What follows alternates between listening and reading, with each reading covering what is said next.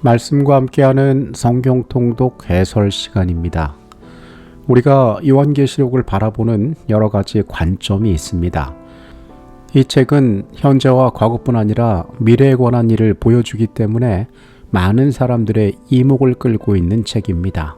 아직 일어나지 않은 일을 우리에게 알려주기 때문에 그렇습니다. 미래에 관한 일을 안다는 것은 사람에게 허락되지 않은 것이기 때문에 미래를 알 수 있다는 것은 굉장한 호기심을 갖게 됩니다. 우리는 요한이 1세기경에 이 책을 기록하고 그 이후로 이어진 약 2000년의 시간 동안 말씀이 어떻게 성취되었는지를 알기 때문에 성령께서 기록하게 하신 이 글의 놀라움을 깨닫게 됩니다. 여기에 더하여 우리의 관심을 끄는 것은 그렇다면 이 마지막 때라고 이야기하는 우리의 시대에 이 앞날에는 어떠한 일들이 있을까를 우리가 궁금하게 여기게 되는 것입니다. 여러 가지 목적으로 요한계시록을 연구하는 일들을 보았습니다. 예수님께서 언제 오실지 그 때를 알기를 원하는 사람들도 있었고, 마지막 환난 가운데에 어떻게 하면 내가 피할 수 있을까를 고민하는 분들도 계셨습니다.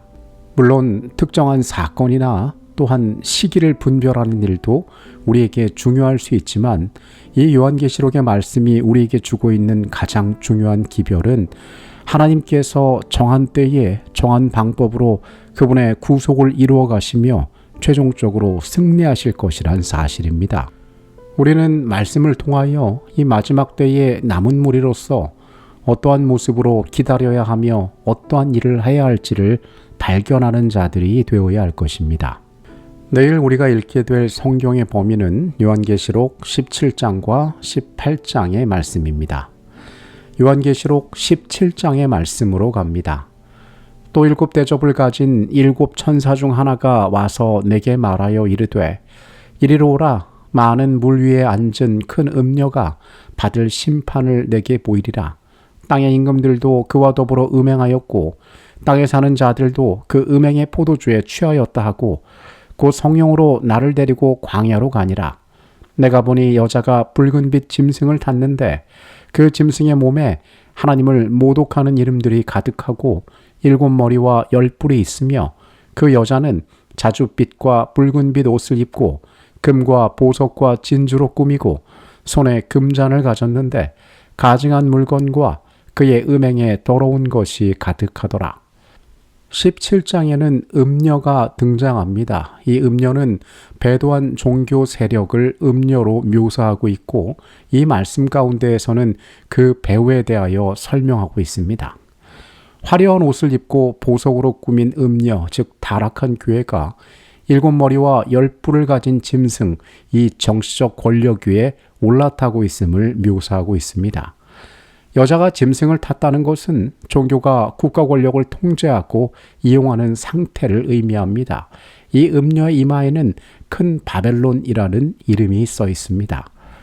천사가 이르되 왜 놀랍게 여기느냐? 내가 여자와 그가 탄 7 머리와 10 뿔 가진 짐승의 비밀을 내게 이르리라. 내가 본 짐승은 전에 있었다가 지금은 없으나 장차 무저갱으로부터 올라와 멸망으로 들어갈 자니 땅에 사는 자들로서 창세 이후로 그 이름이 생명책에 기록되지 못한 자들이 이전에 있었다가 지금은 없으나 장차 나올 짐승을 보고 놀랍게 여기리라. 여기 등장하는 짐승의 7 머리는 역사 속에서 하나님의 백성을 핍박했던 제국들을, 10 뿔은 세상의 왕들을 상징합니다. 이들이 한뜻이 되어 어린 양과 더불어 싸우려 하나 만주의 주이신 그리스도께서는 이 싸움에서 승리하실 것입니다. 또 천사가 내게 말하되, 내가 본 바 음녀가 앉아있는 물은 백성과 무리와 열국과 방언들이니라. 내가 본 바 이 10 뿔과 짐승은 음녀를 미워하여 망하게 하고 벌거벗게 하고 그의 살을 먹고 불로 아주 사르리라. 음녀, 즉 타락한 교회를 떠받들던 세상의 권력은 결국 음녀를 미워하여 그를 망하게 하고 불사를 것이라고 말씀은 이야기합니다. 이는 세상 정치 세력이 결국 자신들을 기만했던 타락한 종교 체계를 배신하게 될 것임을 암시하고 있습니다. 요한계시록 18장의 말씀으로 갑니다. 18장은 바벨론의 최종적인 파멸과 이제 그곳에서 나오라는 하나님의 마지막 자비의 부르심이 나타나 있습니다. 이 일 후에 다른 천사가 하늘에서 내려오는 것을 보니 큰 권세를 가졌는데 그의 영광으로 땅이 환하여지더라. 힘찬 음성으로 외쳐 이르되 무너졌도다 무너졌도다 큰 성 바벨론이여 귀신의 처소와 각종 더러운 영이 모이는 곳과 각종 더럽고 가증한 새들이 모이는 곳이 되었도다. 그 음행의 진노의 포도주로 말미암아 만국이 무너졌으며 또 땅의 왕들이 그와 더불어 음행하였으며 땅의 상인들도 그 사치의 세력으로 치부하였도다 하더라. 한 천사가 하늘에서 내려와 온 땅을 환하게 비추며 바벨론의 무너짐을 선포합니다.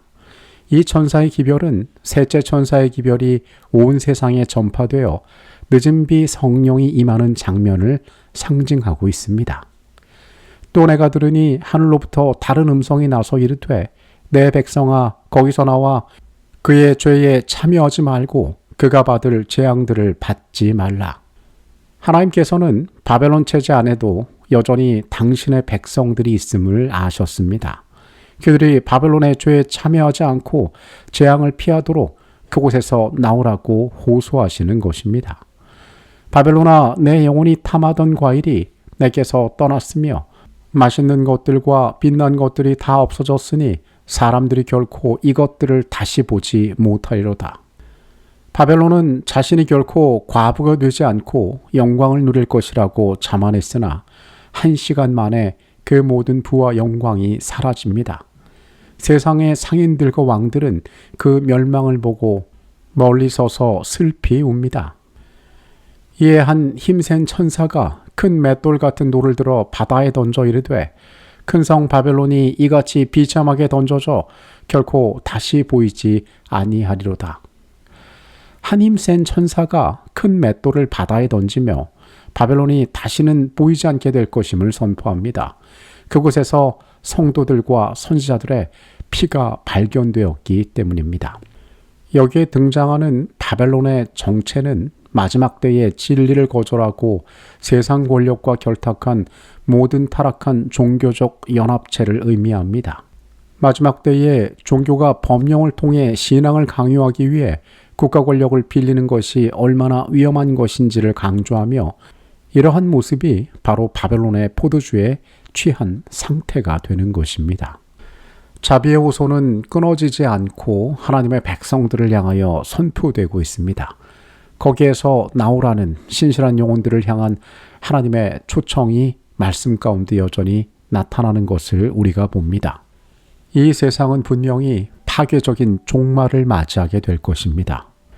그것이 성경의 가르침이고 그것이 말씀이 우리에게 분명하게 나타내는 교훈이기 때문에 그렇습니다.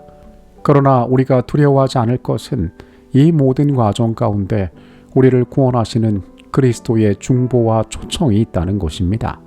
때를 분별하기 위하여 말씀을 허락하신 하나님의 선한 계획을 우리가 찾게 되었으면 좋겠습니다. 모두에게 평안한 밤 되시기를 바라겠습니다. 내일 다시 찾아오겠습니다. 아버지 하나님, 말씀 가운데에서 주님께서 우리를 어떻게 사랑하셨는지를 발견하게 하여 주시옵소서. 주님께서 우리를 어떻게 간절히 구원하기 원하시는지를 우리가 깨닫게 하여 주시옵소서. 나 개인의 안전과 평안을 위하여 말씀을 여는 것이 아니라 그리스도의 사랑이 우리를 얼마나 놀랍게 변화시켰는지를 말씀 가운데 바라보기 위하여 말씀을 살피게 하여 주시옵소서. 예수 그리스도 이름으로 기도합니다. 아멘.